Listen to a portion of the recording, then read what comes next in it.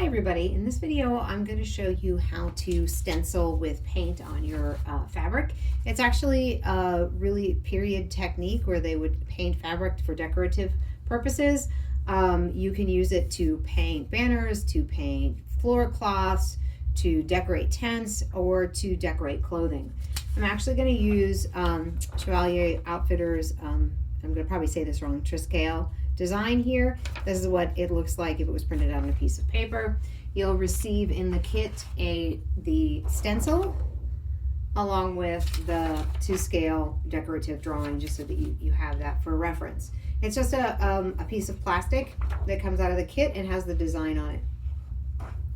Before you actually use it on your real fabric, I highly recommend you get a piece of scrap fabric. So today I'm going to actually stencil a red tunic full-length dress, and this is just a bit of scrap that I have left over from cutting the hem. And in this particular case, you can see that this stencil doesn't actually fit the whole way on the design. That's fine for what we're doing now, which is just sort of testing and making sure that we like how it looks. I also have some acrylic paint. There's nothing special about this. This is just acrylic paint from Michaels. I haven't found there to be a significant difference in paint when I'm doing on fabric. You can get fabric specific paint if that makes you feel better. I've never had one run or leak or do anything after I've let it dry, even after washing it. But if you're concerned about that, then I would recommend buying some kind of fabric acrylic paint. I also have a stencil brush. A stencil brush is a weird looking brush. As you can see, it's got, it's round as opposed to a normal paintbrush shape. And I just have an old plate that I use for paint. As you can see, I've been using it for paint for many, many years.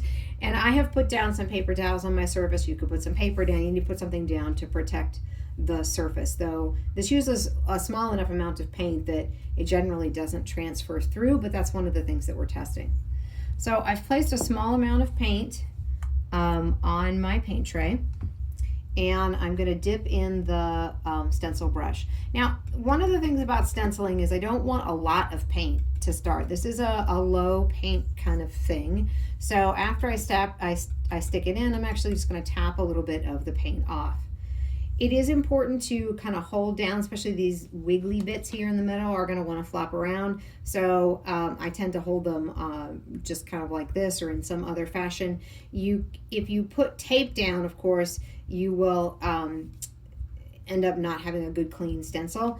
The other thing that you can do is put some weights around the outside edges. You know, whatever you've got laying around, you want to make sure that it doesn't shift. But again, you're not using a lot of force, and so if your stencil is really starting to shift on you, you're probably using too much force. And all I'm going to do is just right here in the section that I'm holding down, I'm just tapping with the paintbrush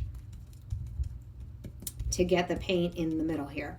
As you'll notice that I'm tapping, so this actually is kind of bopping up and down, so I'm going to I don't really want, again, I don't want it to shift. I want it to kind of stay stable as I'm working.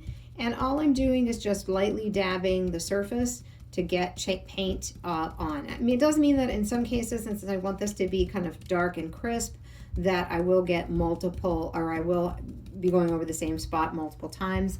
I'm going to move this so you can see a little better, hopefully. So as you can see, okay, there you can see in some areas it's kind of a little lighter, in other areas it's a little darker. So you're going to just sort of dab on it until it's at the level of darkness that you want. Because in some cases you might say, I want to shade it, so I want to do it a little lighter in some areas than other.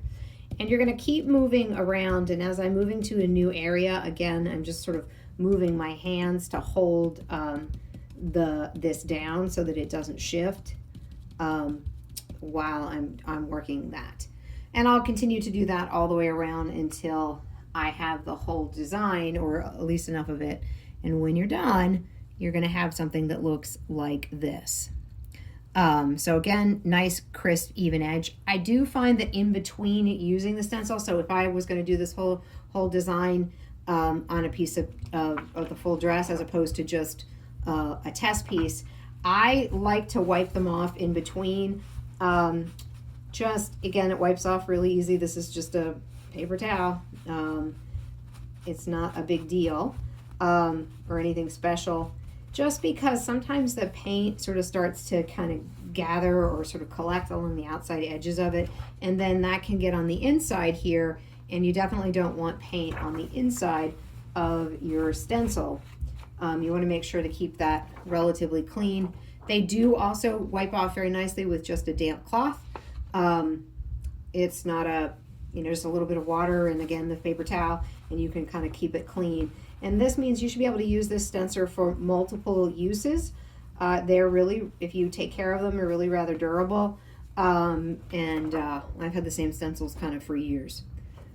Another technique, if I was like, I don't really want a solid decoration, maybe for whatever reason I want just a line, or if I wanted to outline, this particular piece in a different color.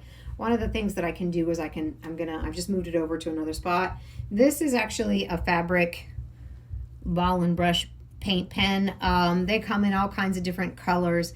I have, and I will completely admit, used a regular marker for them. I do find that, and this is one of those cases where I think there is a difference, the regular fabric markers tend to bleed more, so you don't get as crisp a line as you do with the fabric pens. But it's very much the same process.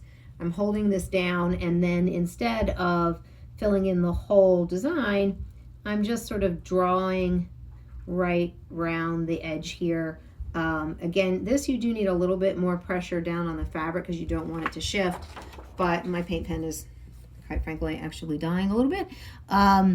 As you can see, you just get then your outline of your design. So that's another way that you can use these stencils. So the biggest thing is to always test it, and once you're comfortable with it, then you're going to go ahead and move to your dress, and that's it.